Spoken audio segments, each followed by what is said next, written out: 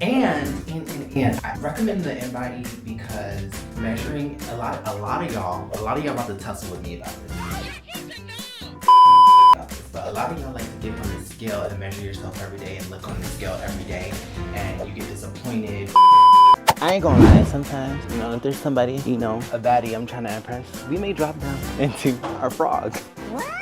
No, but in all seriousness, I have really tight hips, so frog is so necessary. Like, my hips are screaming right now. Blowing my mind, maybe in time, baby, I can get you. I like the way you work it, no diggity. Bag it up, bag it up. I like the way you work it, no diggity. Bag it up. I like the way you. All right, so now that we got our biometrics done, we understand what our baselines are, and we know our target, we're about to get into the work. We're about to get into the training, we're about to get into the work. And so the first thing I like to do is we're gonna warm up. So we're gonna warm up, and the first thing I like to do is foam roll. Foam roll is basically using self-myofascial release. Fascia meaning your deep inner tissue muscles. So a lot of times, like when you guys are feeling sore after your trainings or your workout, or you feel like knots or tender spots, you need to do some foam rolling. And it's great because it promotes blood flow and brings oxygen to the muscle and helps release that deep inner, your fascia muscle. So I first like to start with my quads, so we're gonna start with our quads. All right, so right now I'm working on my quad, my right quad. It's feeling a little tight. That's what she said. What you want to make sure you do is just roll from your hip just a little bit above your knee. Avoid your knee, right? We don't want to cause any damage or pain for the knee. But you're gonna roll until you feel a sore or tender spot. Once you feel that sore or tender spot, like I have one there right there, I'm gonna hold for 10 to 15 seconds, then I'm gonna roll right past it. Same thing for the rest of the quad. Find any sore or tender spots, hold right here, then roll right past it. And so, like I said, today we're gonna jump into some hypertrophy, right? Some mass gain, right? Because I wanna work on building up that strength, right? Building up that skeletal muscle mass, which we saw in my in-body assessment needs some improvement. So we're gonna work on building up some skeletal muscle mass, and we're gonna do that by working on some hypertrophy. So we're gonna be lifting very heavy today, and my quads are screaming. So I'm gonna give them a little bit of extra love, tender loving care. All right, next I'm moving on to my IT band, which is right on the side of your leg. Yeah, same idea. You want to roll until you feel a sore or a tender spot. IT bands tend to be a very overactive muscle. And mine tend to be very tight as well. I'm on my left side, although today I don't really feel too much overactivity, which is great. We love that. But when you do feel that sore or tender spot, hold it there, 10 to 15 seconds, then roll right past it. This feels so good. It's basically like self-massage. I tend to use and abuse the foam roller and linger on it a little too long because it feels so good. So after I do my quads, I normally like to get my IT bands because it's so easy, because you just go from quads to IT band to quads to IT band. All right, so after I do my quads and my IT bands, I like to get my calf. And the calves are one of our most overactive muscles. It consists of our gastrocnemius and our soleus. If you ever felt like soreness at the bottom of your foot or if you run a lot and you ever feel like soreness at the bottom of your foot, or have plantar fasciitis, like I had a lot of plantar fasciitis because I love to sprint and I love to run. It's mainly because of overactivity in the calf. So I always have to be sure that I give my calves so much tender loving care, because my calves tend to be like super overactive. Always recommend before and after to give your calves some love. So we're gonna start on the foam roller with both of our calves as so. I already know I'm gonna need a little extra loving care here, so I'm gonna show you guys another technique to help hit the calf a little bit more effectively. The same thing I always say, basically you're gonna roll from just above your ankle to just below your knee. Like I already feel a tender spot here. I'm gonna hold 10 to 15 seconds, then I'm gonna roll right past it. Now, I already know that my right calf is feeling like it needs a little bit of attention, a little bit more attention. So I'm gonna isolate it and I'm going to add a little bit of some more weight, some more pressure. I'm gonna cross one leg over the other. Just gonna add a little bit more weight, a little bit more resistance on top of that calf. I can feel the knot right here. I'm gonna hold 10 to 15 seconds, then I'm gonna roll right past. If you walk a lot, if you run a lot, if you climb a lot of stairs, give your calf some love.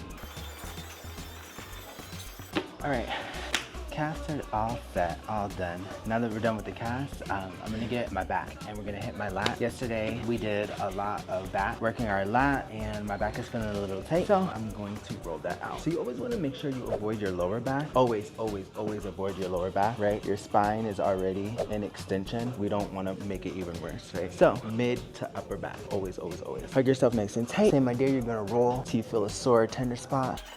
For me, I want to kind of isolate a little bit, so I'm going to open up my arm, roll over to my side, look into the armpit, and hit a little bit of my lat over there. That feels so good. Oh.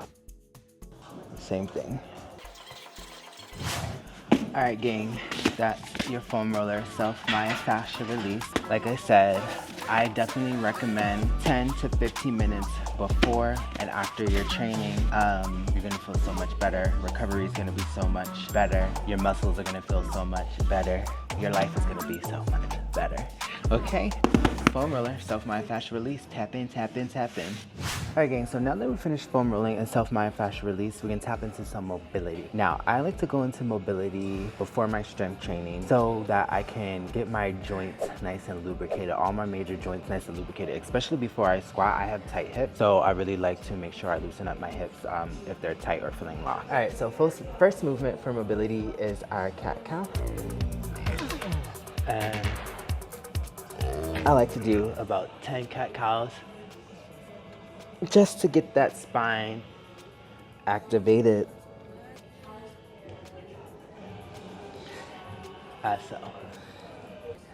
Next, I like to go into what I call clean the barrel. Which can look kind of silly, especially, or feel kind of silly, and look kind of silly, I guess, especially when you're on the gym floor in public.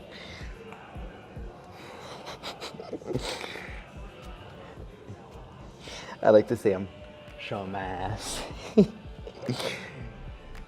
But I always like to say you want to use your torso and imagine that you are cleaning the inside of the barrel with your torso.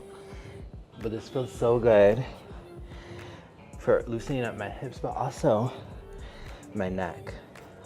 And waking the spine up, right? Waking the spine up and getting it prepared for intense movement, especially when you get under the bar, right? Getting the nervous system activated and letting it know that we're about to get busy.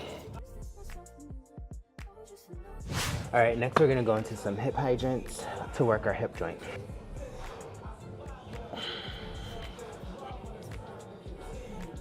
So we're gonna press that heel all the way to the sky, open up to the side as if you were like peeing over a fire hydrant. Oh!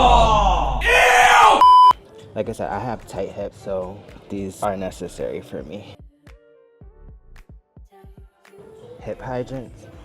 I like to do 10 each way. Get that hip joint lubricated and functioning, waking it up, and reverse it the other way. I have really tight hips, so this is so necessary, especially before heavy lifts.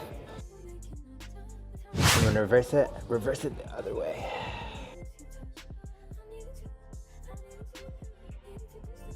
And next I like to jump into some frog.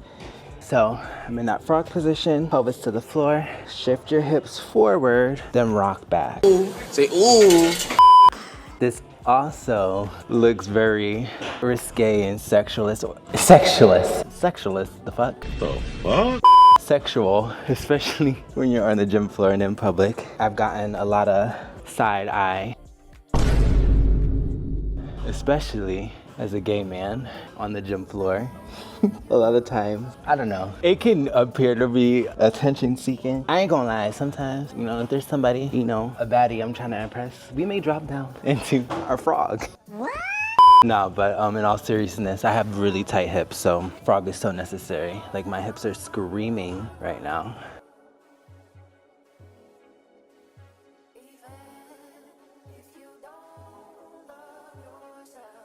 All right, so next we've got hip flexor release.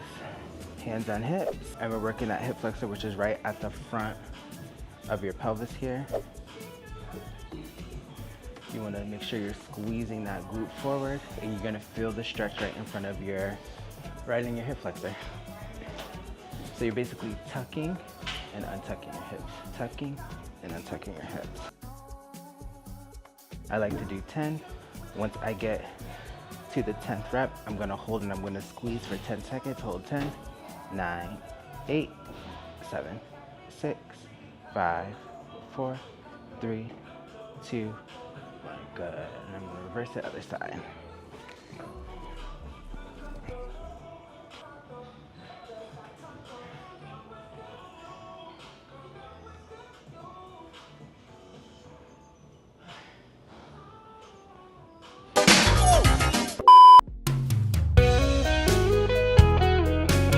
All right, now that we are done with mobility, we about to tap into some core activation. Mini band, so good for you. Like I said, working the glute mid and the glute med. Your ass gonna be feeling it. Your ass gonna feel it. You will feel sore, but it's good. That means, you know, I call those happy pains, right? If you ain't feeling it, it ain't working. I bet that's mass gain, AKA ass gain. All right, gang, here we go. We about to get into it. Legs is activated, booty is activated. You like that, huh? You like that?